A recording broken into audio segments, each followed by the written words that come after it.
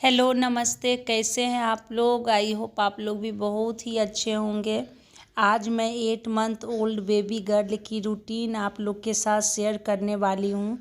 जो लोग first time मेरे वीडियो को देख रहे हैं उनको मैं बता दूँ कि मेरा 8 साल का एक बेटा है और मेरी 8 महीने की एक बेटी है, जिसका रूटीन मैं आप लोग के साथ आज शेयर कर रही हूँ। इसका कोई फिक्स रूटीन, बच्चों का कोई फिक्स रूटीन नहीं होता है, फिर भी कोशिश कर रही हूँ आप लोग के साथ शेयर करने का।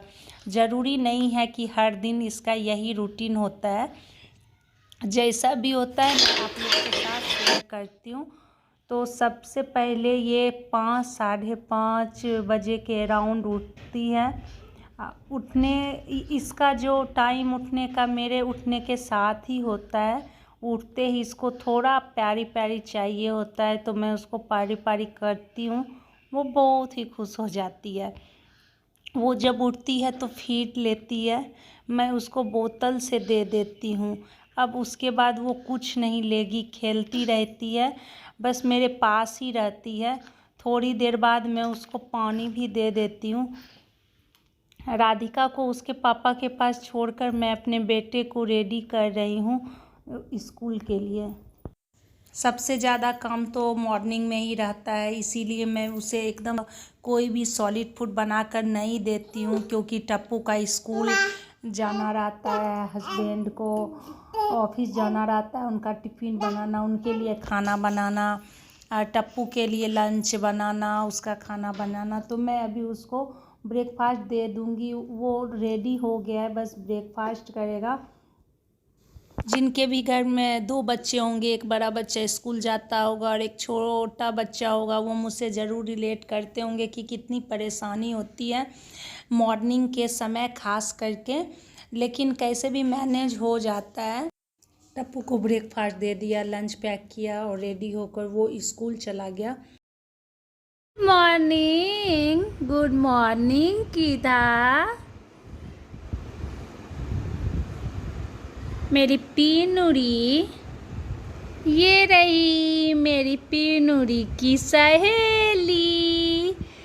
कीनूरी, ये रही मेरी पीनूरी की सहेली। लो, राधिका बिल्कुल भी अकेले नहीं रहती है, हमेशा उसको बस मेरे पास ही वो होती है। जब टप्पू स्कूल चला जाता है तो 8:30-9 बजे के करीब वो सो जाती है। बस छोटा सा नैप उसका होता है 20 से 25 मिनट के लिए। जब तक वो सो रही है तब तक मैं उसके लिए ब्रेकफास्ट रेडी कर लेती हूँ। तो आज मैं उसके लिए ब्रेकफास्ट में बना रही हूँ मस्क मेलन प्यूरी, जो कि बहुत ही ज़्यादा अच्छा रहता है गर्मियों में। मस्क मेलन प्यूरी बच्चों को गर्मियों में इसलिए भी देना चाहिए कि इससे में जो होता है बहुत अधिक मात्रा में वाटर रहता है, जो कि बच्चों को गर्मियों में हाइड्रेट रखता है। बच्चे में कब्ज की जो समस्या होती है उसमें भी बहुत ज़्यादा ये हेल्प करता है। बच्चों को खरबूजा इसीलिए भी खिलाना चाहिए कि ये आसानी से पच जाता है। बच्चे को जब हम सॉलिड खिलाते हैं तो मोबाइल नहीं दिखाना चाहिए। इससे क्या होता है कि बच्चे को टेस्ट का कुछ ऐसे पता नहीं चलता। ऐसे तो छोटे बच्चों को अगर हम सॉलिड खिलाते हैं 1 साल से कम वाले बच्चे को, तो सिर्फ हम इंट्रोड्यूस करवाते हैं ताकि वो खाना धीरे धीरे खाना सीख सके और आगे खाए। आपका बच्चा जितना खाता है, 1 चम्मच खा रहा है, 2 चम्मच खा रहा है या पूरी कटोरी भर के खा रहा है, तो आप इसके लिए ये मत सोचिए कि मेरा बच्चा क्यों नहीं खा रहा है। कभी खाता है, कभी नहीं खाता है। अगर जो मैं ये वीडियो आपको दिखाती हूँ तो ज़रूरी नहीं है कि ये सारा खा ही लेती है। कभी इसका मूड रहता है तो ये खा भी लेती है और कभी नहीं भी खाती है। तो छोटा बच्चा एकदम जो होता है ना कि ज़रूरी नहीं है कि आप जो भी उसे दें वो खा ही ले, लेकिन हाँ यही वो टाइम है जब बच्चे को हर वो चीज़ से आपको इंट्रोड्यूस कराना होगा, वेजिटेबल से, फ्रूट से, ताकि आगे चलकर बच्चे इसे खाएं, उनको कोई दिक्कत नहीं हो। हमें सारी सब्जियों को बच्चों को ज़रूर देना चाहिए, चाहे वो मिक्स करके कोई भी चीज़ में आप दीजिए, लेकिन ज़रूर दीजिए, फ्रूट्स ज़रूर दीजिए। मॉर्निंग में मैं कोशिश करती हूँ कि मैं उसे हमेशा फ्रूट ही दूँ, चाहे कोई भी चीज़ का प्यूरी बना कर दूँ, बनाना, एप्पल, मस्क मेलन, कोई भी चीज़ हो, लेकिन फ्रूट ही दूँ। सॉलिड देने के बाद मैं उसे थोड़ा 30 ml के करीब वाटर दे देती हूँ, वो आराम से पी लेती है। और आजकल ना ये बहुत ज़्यादा क्रॉलिंग करती है, मतलब पूरे घर में इधर उधर ये भागते रहती है। पहले तो था कि मैं किचन में होती थी, अभी तो ये वहाँ पहुँच जाती है और मेरे पैर को पकड़ के रोने लगती है। बस इसको गोद चाहिए रहता है और कुछ नहीं चाहिए रहता है इसको, बस पूरे दिन इधर उधर क्रॉलिंग करते रहती है, जिसके वजह से इसके कपड़े भी बहुत ज़्यादा गंदे हो जाते हैं। और आज इसने मुझे कुछ भी खाने में बनाने नहीं दिया, तो बस मैंने थोड़ा सा ही कुछ बनाया है। मैं सब्जी भी बना नहीं सकी क्योंकि ये बहुत ज़्यादा रो रही थी। इसके 2 दांत और आ रहे हैं, 2 दांत निकल चुके हैं नीचे के, अब ऊपर के 2 दांत आ रहे हैं। तो ये बहुत ज़्यादा परेशान होते रहती है और ये बस मेरे ही पास रहती है। तो बस कुछ आज मैं खाना बना नहीं पाई क्योंकि अब बच्चों को जो है ना गोद में लेके ज़्यादा काम नहीं कर सकते हैं। तो फिर मेरे हस्बैंड जब ऑफिस चले गए तब आ गई मैं इसको मसाज करने के लिए। बस मसाज में भी आजकल ये बहुत ज़्यादा बदमाशी करने लगी है। पहले तो आराम से ये मसाज करवा लेती थी और मुझे कोई भी दिक्कत नहीं होती थी, मैं कर देते। लेकिन अभी है कि ये पलट जाती है, कभी इधर उधर करने लगती है। तो ध्यान भटकाने के लिए मैं इसको कुछ भी हाथ में दे देती हूँ ताकि इसका ध्यान जो है उस पर रहे और मैं इसको मसाज कर सकूँ। मसाज तो मेरे लिए बहुत ज़्यादा इम्पोर्टेंट है बच्चों को करना। मैं शुरू से ही बताते आई हूँ कि मैं मसाज ज़रूर करती हूँ। मेरे यहाँ बच्चों का बर्थ होता है और अगले मॉर्निंग से ही मसाज शुरू हो जाता है। कई बार मसाज होता है, 5 बार, 3 बार, 7 बार, लेकिन मैं उतना ज़्यादा नहीं कर पाती हूँ। मैं सिर्फ शुरू से इसका 3 टाइम मसाज करती हूँ, अच्छे से मसाज कर देती हूँ। जैसा मैंने देखा हुआ है अपने घरों में मसाज सभी को करते हुए, तो बस उसी तरीके से मैं भी मसाज कर देती हूँ। पहले मैं मॉर्निंग में उठती थी और उस टाइम भी इसका मसाज कर देती हूँ, लेकिन अभी ये नहीं हो पाता है क्योंकि ये 8 मंथ की हो गई है और ये करवाना भी नहीं चाहती है। और सुबह टप्पू का स्कूल रहता है, तो बस मैं सोचती हूँ कि जब सब चले जाएंगे, वो स्कूल चला जाएगा, हस्बैंड ऑफिस चले जाएंगे, उसके बाद ही मैं करूँगी ताकि आराम से मैं कर दूँगी इसको। तो अभी जो मसाज होता है वो बहुत अच्छे तरीके से एकदम 20 से 25 मिनट इसके मसाज पर मैं देती हूँ अपना टाइम। और मसाज के बाद मैं जो है एक्सरसाइज भी ज़रूर करवाती हूँ। तो बच्चों को ना मसाज बहुत ज़्यादा ज़रूरी है और पेट की मसाज करनी चाहिए, हैंड की मसाज, फुट की मसाज और बैक की मसाज, क्योंकि बच्चे इस टाइम जो है ना वो क्रॉलिंग बहुत ज़्यादा करते, तो उनके बैक पर बहुत अच्छे से मसाज करना चाहिए ताकि बच्चे को जो थकान होता है वो सब ख़त्म हो जाए मसाज करने से। और मसाज करने से बच्चे को नींद भी बहुत ही अच्छा आता है। और अगर जो पेट में हम मसाज करते हैं तो बच्चे की कोई भी कॉलिक वगैरह की समस्या नहीं होती है। तो बस मसाज करने के बाद अब इसे मैं बाथ दूंगी, तो उससे पहले मैं अभी इसको उबटन लगा दूंगी। ये उबटन मैं इसको जब भी लगाने लगती हूँ तो बस इसको ये खाने की कोशिश करती है, खा भी लेती है, लेकिन कोई भी बात नहीं क्योंकि ये घर की चीज़ों से ही बनी हुई है। बस बेसन, दूध, यही सब है इसमें मिक्स। तो बस अगर जो ये थोड़ा बहुत मुंह में ले भी लेती है तो कोई बात नहीं, लेकिन ये बिल्कुल भी लगाने देना नहीं चाहती है। पर कैसे भी, बच्चे तो होते ही ऐसे हैं, लेकिन हम लोग को तो करना ही पड़ता है ना। तो बस इसको कैसे भी करके मैं मसाज देने के बाद ये उबटन लगा देती हूँ थोड़ा सा, और उसके बाद मैं इसको बाथ दे दूँगी। हाँ, डेली तो नहीं लगा पाती हूँ उबटन, लेकिन मैं कोशिश करती हूँ कि सप्ताह में मैं 3 से 4 दिन मैं इसको लगा दूँ।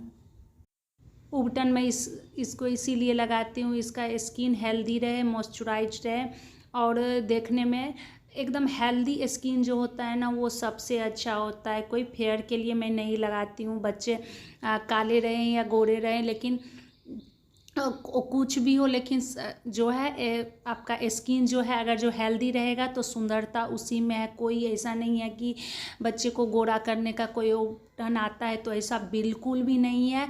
साबुन से अच्छा उपटन रहता है, तो बस मैं इसीलिए उपटन यूज करती हूँ, बाकी कोई बात नहीं है। तो ये नहाने के बाद बहुत ज़्यादा खुश हो जाती है। कभी ऐसा होता है कि नहाने के तुरंत बाद ही ये सो जाती है, और कभी होता है कि नहाने के बाद ये सोती ही नहीं है, कुछ देर खेलती है। तो बस वही है कि आज इसका सोने का मूड बिल्कुल भी नहीं है। तो इसका जो होता है ना कि सोने अगर नहाने के बाद ये सोती है तो वो सबसे लंबा नैप इसका होता है, 1 से 1.5 घंटे के बीच का हो जाता है। हाँ, पहले ही वो इतना लंबा टाइम नहीं सोती थी, लेकिन जब वो 8 मंथ की हुई है तब से वो थोड़ा सा लंबा टाइम लेती है सोने में। तो बस ये सो गई थी थोड़े देर के लिए, बस ये 30 से 35 मिनट ही सोई होगी कि मेरे घर में काम करने वाली जो दीदी हैं वो आ गई, मतलब उनके आवाज़ से ये उठ गई। क्योंकि जैसे कि इसको मानो कि उनका इंतज़ार रहता है, वो जब भी आती हैं तो वो उनके साथ बहुत ज़्यादा ये खेलती है, तो उनके आवाज़ से ये उठ गया। और देखिए कि मौसम कितना अच्छा हो गया, बाहर बारिश हो रही थी, मैंने इसको इसी बैठा दिया है। जब ये जगी हुई रहती है तो मैं इसको बेड पर बिल्कुल भी नहीं बैठाती हूँ, क्योंकि ये बार बार इधर उधर चली जाती है, और 1-2 बार तो ये गिर भी गई थी बेड पर से। तो बस मैं इसको ऐसे ही नीचे बैठा देती हूँ। टाइम हो गया है, 12 के करीब बज गए हैं, तो मैं इसको जो है लंच दे दूँगी। तो लंच में मैं इसके लिए वही चावल और दाल का जो मैंने पॉरेज बना के रखा था, बस उसी को मिक्स किया और इसे थोड़ा सा पानी डालकर गैस ऑन करके इसको गैस पर रख दूँगी, और बस इसको चलाते रहना है ताकि इसका जो है लम्स ना बने, और फिर इसे मैं उसे दे दूँगी।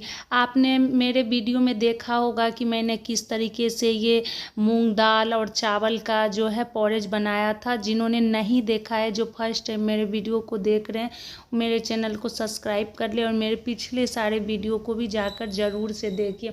और हाँ, आप लोग देखते हैं लेकिन सब्सक्राइब नहीं करते हैं, तो प्लीज़ सब्सक्राइब भी वीडियो को ज़रूर कर लीजिएगा। तो ये जो मैंने पॉरेज बनाया था करीब 1 महीना पहले ही बनाया था, तो अब ये ख़त्म होने वाला है, तो मैं दोबारा इसे नहीं बनाऊंगी, क्योंकि अब ये 8 मंथ की हो गई है। तो मैं कोशिश करूंगी कि मैं चावल दाल खिचड़ी को इस तरीके से इसे गला कर ही दूंगी, ताकि ये च्युई करना जो है सीखे। तो ये बस था, तो आज अभी 1-2 दिन चलेगा तो मैं इसको यही दूंगी। लंच में मैं इसको हैवी ही देती हूँ, ताकि ये जब अभी सोए तो इसका पेट भरा रहे। तो ये बहुत ज़्यादा खुश हो जाती है अपना जब इसको लंच मिलता है, और ये इसको पसंद है, क्योंकि जो मैंने 6 मंथ के बाद आपके साथ वीडियो शेयर किया है कि मैं इसको सॉलिड में क्या क्या दे रही हूँ। जैसे मॉर्निंग में बनाना, फ्रूट में एप्पल प्यूरी हो गया, ये सब देती हूँ। मस्क मेलन हो गया, तारबूज हो गया, तो मैं अभी तक वही देते आ रही हूँ। जैसे चावल और दाल का पाउडर को मिक्स करके जो मैंने बनाया था, वो सूजी का जो मैंने दिखाया था, वो मैं जो दिखाती हूँ बस मैं अभी तक वही फॉलो करते आ रही हूँ कि थोड़े थोड़े दिन पर चेंज करके, 2-3 दिन पर चेंज करके इसको देते रहती हूँ। और साथ में मैं इसको एक टाइम सेरेलैक भी ज़रूर देती हूँ, चाहे वो मैं मॉर्निंग में तो नहीं हो पाता है। हमेशा मैं इसे कभी लंच में देती हूँ, नहीं तो इसको इवनिंग के टाइम ही, रात में डिनर में ही इसको देती हूँ। तो सेरेलैक बना रही हूँ, बस 1 सप्ताह के लिए अभी बना रही हूँ, क्योंकि बनाकर रख लो ना तो वो ठीक नहीं रहता है। तो मैं सोचती हूँ कि मैं 1 सप्ताह के लिए ही बनाकर रखूँ। तो इसके लिए मैंने मखाने लिए, काजू लिए और बादाम लिया, और सबको हल्का रोस्ट कर लिया, और साथ में पोहा, मेरे यहाँ तो चूड़ा कहा जाता है, तो मैं तो चूड़ा ही बोलती हूँ, तो हल्का रोस्ट कर लिया है सबको। रोस्ट करने के बाद इसे मिक्सी में ग्राइंड कर लूँगी, और फिर इसे जो है बनाने का बहुत ही ईजी तरीका है। गर्म पानी में इसको हल्का डाल के, आपका बच्चा जितना क्वांटिटी में खाता हो, 1 चम्मच 2 चम्मच, बस आप उसी तरीके से कटोरी में डालिए, और उसमें पानी मिक्स करके उसको गैस पे चढ़ा लीजिए। और आपका बच्चा किस कंटेंसी का खाता है वो आपके ऊपर डिपेंड है, और आपने देखा ही होगा कि आपका बच्चा कैसा खाता है। कोई बच्चे जो होते हैं ना वो बहुत ज़्यादा गाढ़ा खाना पसंद करते हैं और कोई जो है पतला खाना पसंद करता है, तो आप उस हिसाब से अपना बनाइए दीजिए। तो मैं यहाँ 2 चम्मच लूँगी। ज़रूरी नहीं है कि वो सारा खा ही लेगी, लेकिन मैं कोशिश करती हूँ कि मैं उसे दो। एकदम छोटा स्पून है ये, तो जब बड़ा चम्मच नहीं है, छोटा स्पून है। बस बनाने का तरीका यही है कि थोड़ा सा पानी डाला और इसे चम्मच से चलाते हुए बना लेते हैं। बहुत जल्दी इजी बनकर तैयार हो जाता है। मैं इसे बाहर का सेरेलैक अभी तक तो मैंने नहीं दिया है, मैंने होममेड ही इसे सेरेलैक दिया है। और मुझे लगता है कि ये बाहर के सेरेलैक से ज़्यादा अच्छा होता है, क्योंकि बाहरी जो सेरेलैक होता है अगर हम उसे मार्केट से लाते हैं तो उसमें शुगर ऐड होता है, और घर में जो हम बनाते हैं उसमें शुगर ऐड नहीं रहता है। तो बस ये क्रॉलिंग करती है तो इसके कपड़े गंदे हो जाते हैं, तो मैंने चेंज कर दिया है। तो अभी बस इसी तरीके से ये बॉल से खेलेगी। आप लोग को मेरा वीडियो पसंद आया हो तो सब्सक्राइब ज़रूर कीजिएगा, और आप जो भी कुछ कहना चाहते हो वो कमेंट के ज़रिए आप मुझे ज़रूर कह सकते हैं। वीडियो को ज़रूर से ज़रूर सब्सक्राइब कीजिएगा और मेरे पिछले वीडियो को भी ज़रूर जाके देखिए। यही मैं अपने वीडियो का अंत करती हूँ, तो आप लोग वीडियो को सब्सक्राइब